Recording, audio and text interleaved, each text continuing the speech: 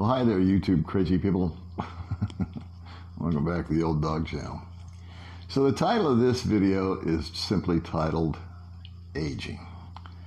Aging is a subject that I think I can speak about.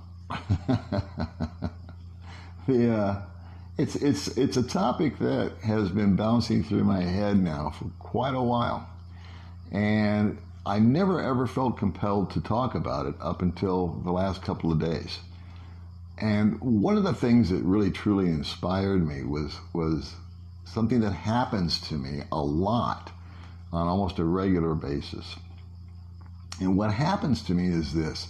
Whenever I go down into Dumaguete from here in Valencia, and this has been going on for years, as I'm buzzing down the mountain, down the road with, on my gay-looking little scooter, and I got little baby May hanging on for dear life.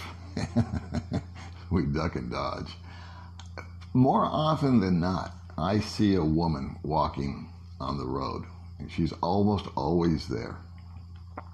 And it depends on what time of day, of course, but I would say more often than not, I would say 3 or 4 times a week, I will spot her. And she is, if I had to guess, not a day under 90. And she's bent over and she uses a walking stick. And she's always putting one foot in front of the other. And what really fascinates me about this woman is her face. It is just deeply, deeply, deeply wrinkled and grizzled. Most of her teeth are missing. Her eyes are she doesn't wear glasses, so I know that she can't afford them, and I know she needs them. And she's got this stick, and she's carrying a bag. And when I see this woman's face, dark, wrinkled, crinkled, saggy, and her body all bent over, and her walking up the street, and as I'm driving by, I look at her, and I think, wow, she is beautiful. That is someone that one of those moments where I just pray, I wish, if I could have a wish, I could speak the language, because I know she won't be able to speak English. But there's somebody I want to sit down and sit next to her on a bench and just listen to her story, because I know that it's fascinating. I know that it's been hard and it's been tough, and I can't even fathom what she's experienced as a woman alone and now elderly in the Philippines. And that's the person that inspires me and makes and interests me, fascinates me. And every time I see her, I just think, my God, she's so beautiful, because of what she's got to have going on inside. And then I reflect back on my youth, and when I was younger, and I was actually kind of the runt of the family. I had a lot of allergies, and I was sickly, and I couldn't run fast. Not once did I hit a home run. Not once did I ever catch the touchdown pass. In fact, in school, they made us run for PE, and I never, ever made it more than halfway around the track without having to stop and try to catch my breath, because the allergies, I was allergic to damn near everything, and I would just be trying to catch my breath, but never was I allowed to quit.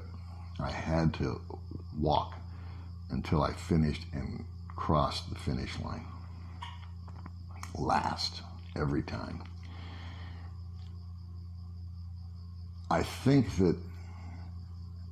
that's something that has stuck with me. And then as I moved forward through my later years and I hit my 20s, that all sort of started to clear up. The physical malady, if you will, sort of, cured itself. I don't know, I built up antibodies or whatever. My body got stronger and my resistance was better. And now I'm in my 20s, and the hair is dark black and sporting the porno mustache that was big back then. And my clothes were always perfect because, you know, when you're in your 20s, it is mating season. And so you want to make sure that you're always looking your best every time you leave the house, because you never know. You might bump into and look at one of those potential mates. And when I was in my 20s and going into my 30s, I got noticed. There was, you know, I look at pictures of myself now compared to my pictures then, and wow, what a stark contrast there is. In fact, I've had a few people comment about that. And I thought about that season of my life. And then I hit my 30s. And now, not only am I feeling a lot better, but I'm at my mental peak. And I'm at my working peak. And I'm going at it. And I am on it. You know, it's all the cylinders are banging away. And I worked at one place for 18 years. And I think 14 or 15 years of those 18 years, I was such and such manager of the year in and year out. I got my plaque, I got my award, I got my recognition. And I learned early in business that that plaque and that award was great because, you know, everybody stood up and we had the meeting at the end of the year, and I got called up to the front and I got it. And I was allowed to rest on my laurels for about a day or two behind that. And then those days passed, and it was, the boss is like, well, that's great. You had a great year, but what have you done for me lately? And so, you know, time to dig in and go at it again. Now I hit my 40s and my 50s, and the hair starts to go, and the lines and the creases in my face start to appear, and the hair changes color, and whatever looks I may have had fade. Eyesight starts to fail. Not nearly as sharp as I used to be. And then I encounter guys that I have interaction with here that did catch the football and did hit the home run and did cross the finish line first. And as we're talking with one another, I'm asking them about themselves, first time meeting, and it's like the song Glory Days from Bruce Springsteen.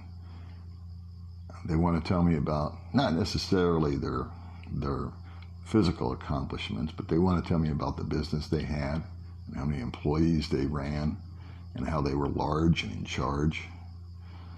There's a saying that I absolutely love I used today when I was having coffee with my friend Bud Brown. And we were talking on this topic a little bit. And I said, yeah, the older I get, the greater I was.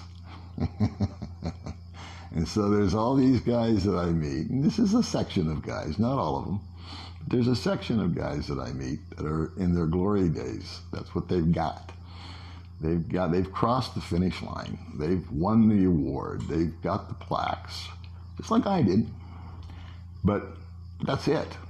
It's kind of like where they're at. And so when you talk to them about where they're moving forward to, that isn't really an approachable topic with them, because right now they're just sort of thinking about the next beer or what they're going to have for lunch, or, you know, find someone else that they can tell about how great they were, because they're a little bit older now. And it's important that everybody knows where they were and where they came from.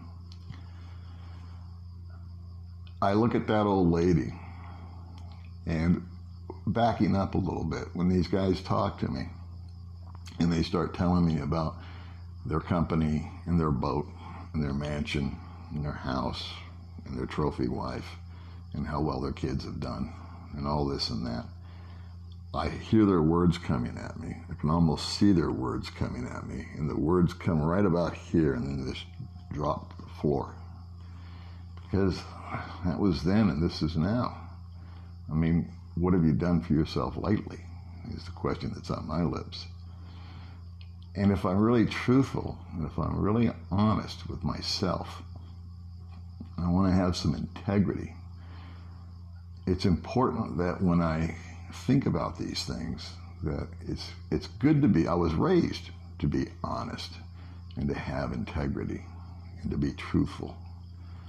And in my 65 years, I've learned that the most important person you need to be truthful and show integrity to and honest self-evaluation is yourself. And so in so doing so, I look at my face in the mirror and I don't think about the plaques, and I don't think about the black hair, and I don't think about the porno mustache, and I don't think about how thin I was and how neat my clothes always were and how sharp dressed I was and how big my house was. I look at my wrinkles and I look at my hair and I say, you know what? I'm really proud of my wrinkles. And I'm really proud of this white hair because I earned it. Every wrinkle and every gray hair, every receding hairline has a tale or an event or an emotion or a problem or a situation, a regret, a failure. It's what it represents to me. And the fact that I'm still sitting here being able to appreciate the fact that the woman with the really deep wrinkles and the really dark skin and the really missing teeth and the hunched over back, putting one foot in front of the other, carrying I don't know what in that bag, she's the one that fascinates me. If she was to talk to me, those words would never fall to the floor. Those would be words that I would hang on to and listen to and revere. The youth in the East tends to recognize that. There seems to be more of a reverence and much more of a loyalty to those of us that have gone longer in life. It's almost like a miracle because over here life can be very short. Age, really, what is it? It's a marking of victory every time that I wake up, that I made it this long. I don't think there's anything to be ashamed of. Now, I know there's people that when they wake up because of their situation, if they look in the mirror and there's one little wrinkle or one varicose vein, or this starts to get saggy, or this hair, it's panic time because that's where they put their value in themselves. Those are the people that got to cross the finish line. They got to catch the football. They inherited a bunch of money. They were trust fund babies. Everything kind of went their way.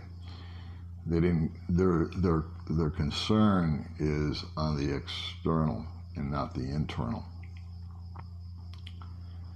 I praise God every day that I have these wrinkles, and I have this gray hair, and even though I can still see the finish line, it's still in my line of sight.